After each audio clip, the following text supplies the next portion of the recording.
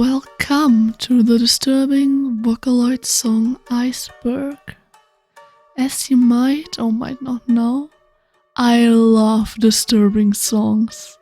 So I have prepared this video series consisting of 5 parts where I will cover a selection of nerve-wracking songs.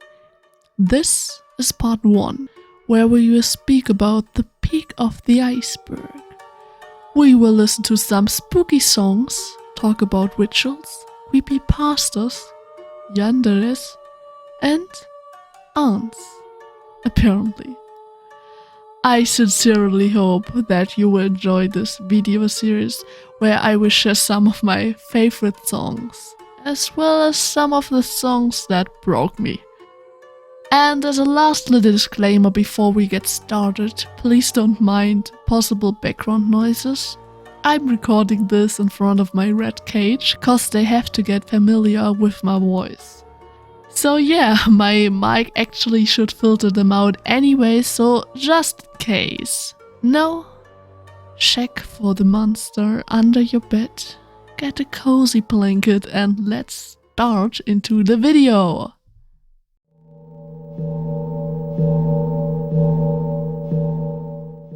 띵동 문을 열어다오 내가 왔단다 숨으려 해도 소용없어 띵동 어서 열어다오 내가 왔단다 도망치기엔 이미 늦어.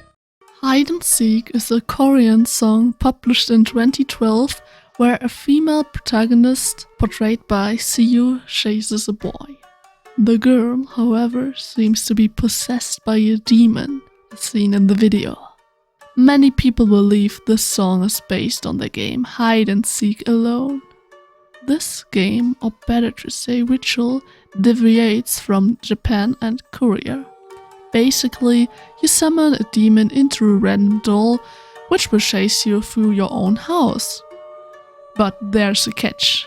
Ignoring the obvious one, please don't summon demons. You gotta be alone. If someone interrupts you from the ritual, they might get seriously injured. Now, there's my theory from observing the PV closely. The boy summons the demon when nobody's at home, but unfortunately his sister returned. He doesn't want to open the door because he knows it would be very dangerous. But the demon already there decides to just possess the girl instead of the doll. With her new power, she discovers the boy, kills him, and uses his corpse as her gateway to the real world. Man, this song has a special meaning to me, as it was my entrance into the Vocaloid rabbit hole. I remember 8-ish years ago, I stumbled across a cover and little me was so obsessed. I just had to put it at the beginning of this iceberg journey, as it has been my personal beginning to it as well. So thanks to Ho-ong-i and this Robinette. Without you, I wouldn't be here.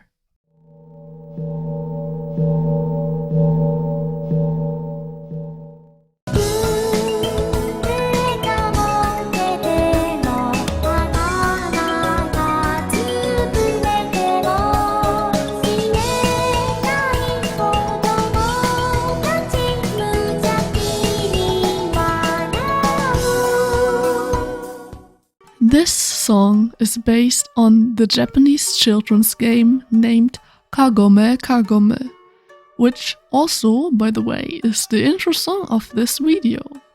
In this game, one child plays the Oni, which is something like a demon who has to be blindfolded. The other children join hands and circle around the Oni, while they sing a AviUtl, which is something like a nursery rhyme. At the end, the Oni has to guess which of the other children stands directly behind them. The AviUtl belonging to said game has a pretty vague text.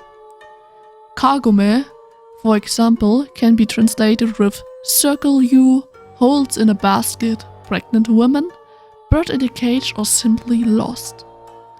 The mysterious nature of this seemingly innocent song inspired many Vocaloid producers. It became a sort of metaphor they used from time to time in their songs.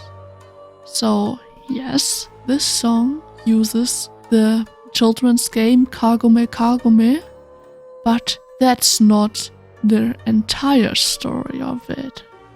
The PV reveals a sort of flashback scene where a group of scientists are experimenting with the brains of children. They try to create an elixir to become immortal. Well, in this song, they succeeded, leaving behind a group of deformed orphans unable to age and living in endless agony. And now you, the listener, join them to play a little game in the forest. Well, as you can imagine, this song is also based on an urban legend.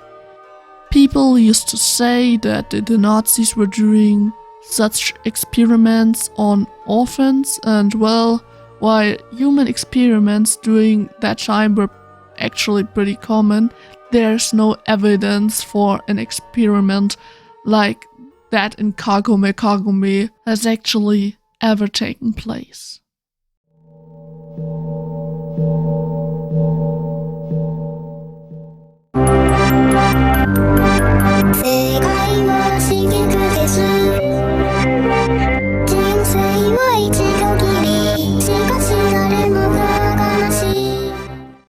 This song is inspired by and named after the cartoon theory / creepypasta, the Rugrats theory. I gotta be honest, I have never watched the Rugrats and I'm probably not the target audience anymore, but as far as I know, it's a children's cartoon about a group of toddlers experiencing the world through their own eyes. But as for every cartoon, the internet believes that just can't simply be it. Maybe there's a secret behind this happy facade. The Rugrats theory states that the cartoon is nothing but a schizophrenic flashback the character Angelica experiences, who lost her sanity after many members of her family tragically died and becoming a drug addict afterwards. As a child, she used to pretend her doll Cynthia was her mother to cope with the loss. Her only friend, Susie, played along Angelica's imagination. Of course, the theory is just that after all, but I think it's still kind of captivating. Just thinking about it, how some fate like this surely exists, gives me chills. One thing to mention as well is that this song was first published in English, which is kind of a lost media thing nowadays, but we will talk about lost media later, so stay tuned. P decided to make a Japanese version after the English one was well received, and this one later became more popular.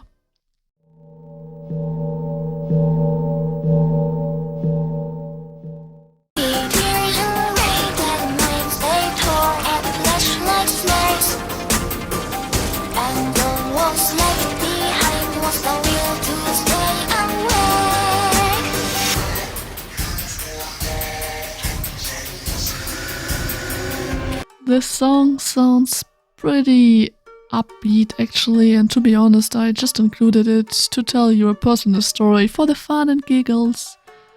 In this song, the narrator, which is sung by Gubi, talks about a human experiment done by the communists, including 5 men who lost their sanity.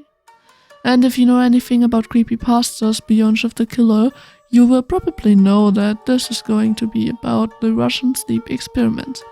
Basically, 5 prisoners were forced to stay awake for 30 days, but they lost their mind. They started hurting the other inmates and themselves, indulging in cannibalism. After some time has passed, the subjects would die if they ever fall asleep again. At the end, we find out what has happened by the words of the last survivor. There is something inherent evil inside of the human mind, which is only kept in check by the act of sleeping. Honestly, I must admit this is one of the better creepypastas and you should probably check it out if you haven't so already. But I mentioned a personal story and, well, as every good creepypasta comes with an image, this one does so as well. And a long time ago, little Simpty decided to watch creepy YouTube videos with her friends as a challenge. Being only about 10 to 12 years, Simpty has never really watched anything on this website called YouTube, so naturally after watching some videos about Megalodon, you know, that big shark, and the blue whale challenge, the algorithm put a lot of horror videos on the homepage for Simpty to later discover. And well, Russian Sleep Experiment was the most famous creepypasta at that time. Well, actually, the picture was just so famous. Basically, every remotely horror creepy YouTuber just used this image and slapped it on the thumbnail. Actually, I could have used it as the thumbnail for this video if I lived in the early 2010s as well. Oh, dieses typische 0815 Bild, was auf jedem zweiten... Oh, diese Geschichte ist so gruselig! Creepypasta-Scheiß, ja? Jeder zweite Vollidiot klebt diese Kacke da drauf auf seinem Thumbnail. Vor allem dieser Jero, oder wie der heißt. Jedes zweite Video hat von ihm, glaube ich, so ein scheiß Ding im Thumbnail. Anyways, needless to say, I shed my pants. And from then until the age of 18, little Simpty would die of fear every time she saw that image. But when I turned 18, I decided I needed to grow up and be an adult person who does adult things and isn't afraid of a fucking picture anymore. So I would literally just like look up what this is, and I was so freaking scared. I was like would like just gather my comfort food and and sit in front of my smartphone and slowly uncover the picture to not scare myself.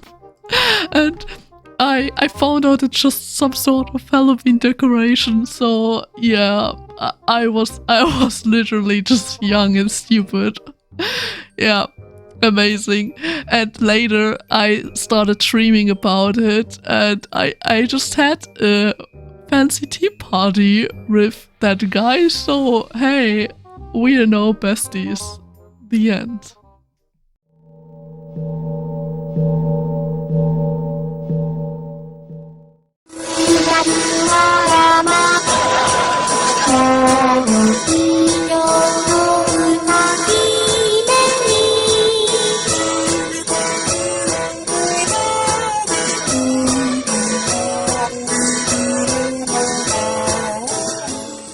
This song belongs to the Dogwood Circus series, which was later adapted into a novel. Miku is a mad princess who needs to be locked up in order to keep her insanity away from mankind.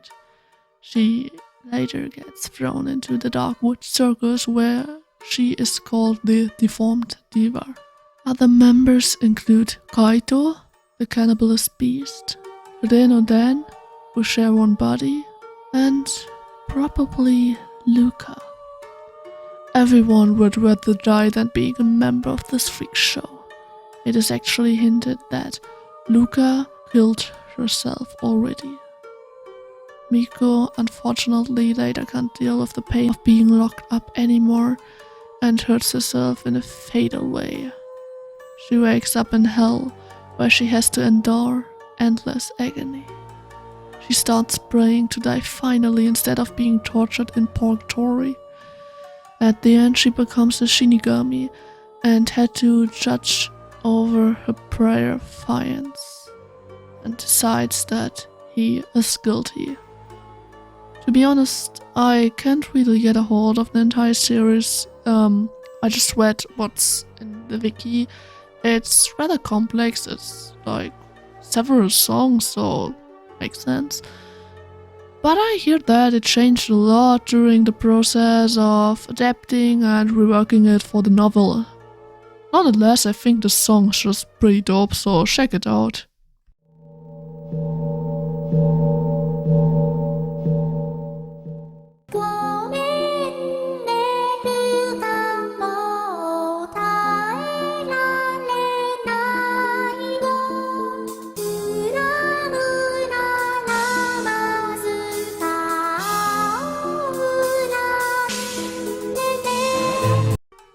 This song is about Miku and Ruka being sisters, both in love with their master Kaito. While they actually really like each other, one day Miku becomes jealous of her younger sister because she is afraid that the master will grow tired of her and fall in love with Ruka. She makes a plan to murder her sister when she's not paying attention. This seems to cause big distress in her, but she loves Kaito too much to not do it. So she takes a pair of scissors and tries to cut off Ruka's life support while she's sleeping. Well, but Ruka wakes up and showers her sister in compliments, telling her how much of a role model she is, how beautiful, such a diva. But Ruka isn't as innocent as you might believe. Actually, she uses the situation to stab Miku to finally have Kaito just for herself. Unlike many other yandere songs, this song puts great emphasis on the love between the sisters. And the murder of Miku is basically a big unexpected plot twist. What I also really enjoy about the song is that the characters look like they are out of freaking Higurashi. Like, holy fuck.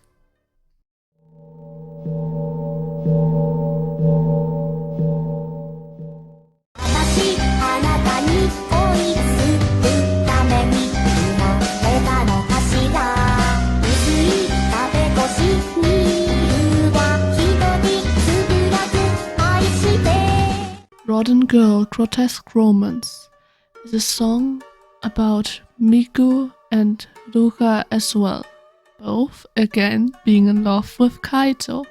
But this time, only Miku seems to be a crazy yandere girl. She's basically stalking Kaito and figures out that he has fallen in love with Ruka.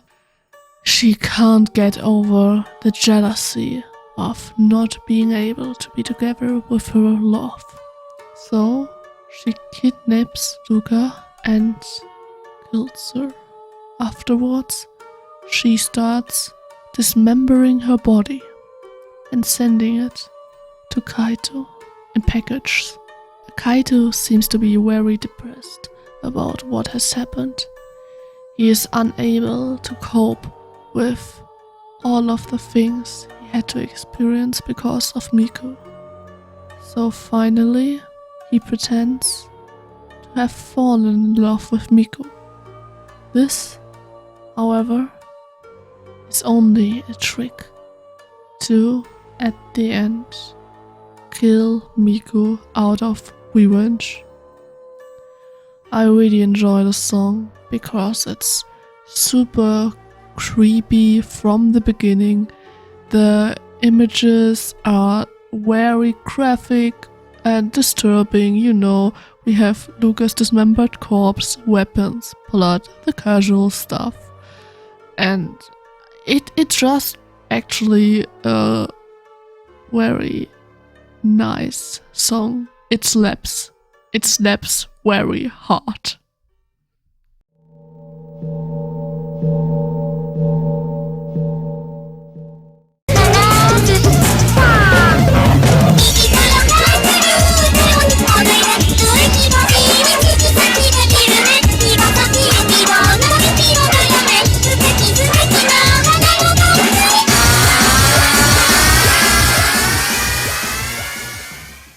I'd say this one is probably the first more disturbing than creepy song on this Iceberg. In this song, Rin sings about her guilty pleasure of cutting people's arms and planting them into her secret garden. POV, you're letting your impulsive thoughts win. Unfortunately, not even her brother is safe, so shop arms gone. Don't even. Arm dran ist besser als Arm ab. Anyways, all of her Vocaloid and Udo friends became beautiful flowers in her garden. And I was just kidding you all the time. It's a lie. It's just basically a daydream. Redhead, which is revealed at the end. There's not too much to say about this, besides it goes really damn hard. Yes, that's it. It's just super cool. I don't know. I wanna party to this song.